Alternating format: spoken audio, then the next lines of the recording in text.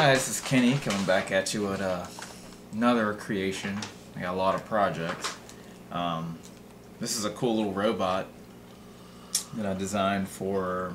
I thought about, instead of spending money on computers, since I didn't have a lot of money anyways. Money was a major problem for creating these things, larger. This is a model that was made out of all cardboard. Before I wanted to build like a robot suit that a person can get inside and ride in it. As you can see, it's kind of hollow, and then it swivels back, and even got the working actuators. So when it raises up, the actuators actually slide, and the actuators are made out of like drink straws that slide in and out. And it's got a little flap here for a maintenance bay. It opens up. A little windshield so the person can be inside there, can see out, and they would drive it. It would be like a robot, but it's like a go-kart. It's like an off-road go-kart, so I can call it a go-bot maybe. A go-bot go-kart. Of course, tracks made out of soda cans again. And these time the wheels are made out of toilet paper rolls. Toilet paper rolls here, as you can see, part of a cardboard box. 3 screws to hold the treads to the base. This got 3 roller bearings, and again the fine, cool-looking hydraulic motors down at the bottom here. And of course, they don't look like that. I got to design them. They probably don't exist in real life. But this is an idea to save money on computers. Otherwise, I'd have to navigate those computer code just to get it to do what I want. I mean, there's so many moving parts. It's easier just to put a person in there, plug a Nintendo controller in there, and you could control the exoskeleton through the Nintendo controller. You go forward, drive. The feet, there's actually going to have like little sideways foot pedals to control the tread, steering. Head's going to look around. Head's made out of wood, actually. This is all Coke bottle plastic for the windshield. But in real life, this would be mirrored so that no one can see in. You'll be able to see out, but nobody can see you. So therefore, when they see you, all they see is that. And they think it's, artificial intelligence, or they'll think some kind of sophisticated computers in it. But this is the way to, again, because of lack of money, that's why this was done. I would prefer to have it all unmanned, all 100% electronic, but resources aren't available. And then I came up with another one. This is another one similar to this one, but I made it smaller because I didn't have a lot of cardboard. You can see this one's it's made out of, again, paper, pieces of wood, little cut up pieces of wood here, and I tried to make the head wobble like one of those little Taco Bell dogs. But as you can see, this is made of just random pieces of cardboard. Again, part of a Lifton tea box in there. You can see the L and the I from the tea box. And again, to make the vents, I took an X-Acto blade. First I made the box.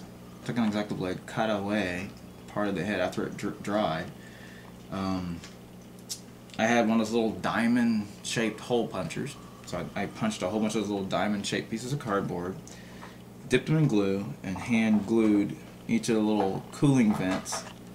Actually, the cooling vents is so when you're wearing this thing, you don't roast in this thing. I mean, you gotta have some ventilation. So I thought about vents with little baby computer fans on the inside for the real costume, because this is going to be the helmet. It's going to go over the person's head.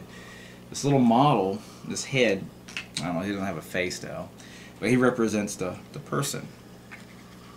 And this can be a cool looking Halloween costume. As you can see, this cover comes off, and the reason why I use all cardboard, and the cardboard will represent like sheet metal, like aluminum. So looking at all this and the bends, I can make all the decisions or mistakes in miniature before using the actual expensive aluminum that I would have to buy and cut and braze. That way there's no mistakes, and I won't waste my money. But this is what the cover is going to hide the person. I'm going to use a electric wheelchair base You start out with wheelchair. You see the guy, he could actually get out and walk. Of course, he'll have arm covers that would make his arms look like the robot. That way it doesn't look like human arms. It'll hide the fact that there's a person in there. And then you'll have like there'll be a little trigger that your hand pulls, a little lever that would open and close a real mechanical claw. So that way your real human hands won't be seen. Your hands will be inside the wrist of the robots, and you just squeeze a little thing and that'll control the claw, and you can also rotate the claw. And of course you could move and pick up stuff in real time. And then this right here is basically going to be a wheelchair chassis with the electric wheelchair motor, and then the wheelchair motor is going to be relocated to accommodate these triangular track formation, which is similar to an ATV track. Kind of got the idea, but I had to modify it to use it for robotics. And then of course we relocate the wheelchair speed controller, which is made out of wood. It was all carved out of wood and X-Acto blades. I just put that Inventor on the back because I thought it looked cool. I was like, hey, looks important. Maybe that could be his name, I don't know. But as you can see, it's made out of just thin recycled pieces of cardboard that, you would normally throw in the trash away. Again, miniature paper rolls, part of aluminum foil box, the metallic blue. That's where I got the metallic from. Then this would represent the seat to the wheelchair. And then these will be aluminum panels that will be bolted or riveted to the chassis. And then a little cover to cover the battery. This would be a little cover that would have the batteries. And the batteries will be stored under the seat with the drive motors. And as you can see, the person can sit there and get back in here, and I say, alright, I'm going to go trick-or-treating. So we'll just close him back up in there. Cover this so people can't tell that there's a human inside. There you go. Now it looks unmanned, and they won't even know. The only thing about this is the arms could come dangerously close to hitting the treads with this design. So what I was thinking about doing is building some kind of lock in the costume where your arm can only go down so far. That way you don't risk getting the treads banged on this. But that is basically the same thing as this, except this is a new improved model. I want to just make something look more like a person that can fit in there. Because I mean, here you could, it's a little bigger, but it's scaled up. But if this was this size for real, it'll be about this tall.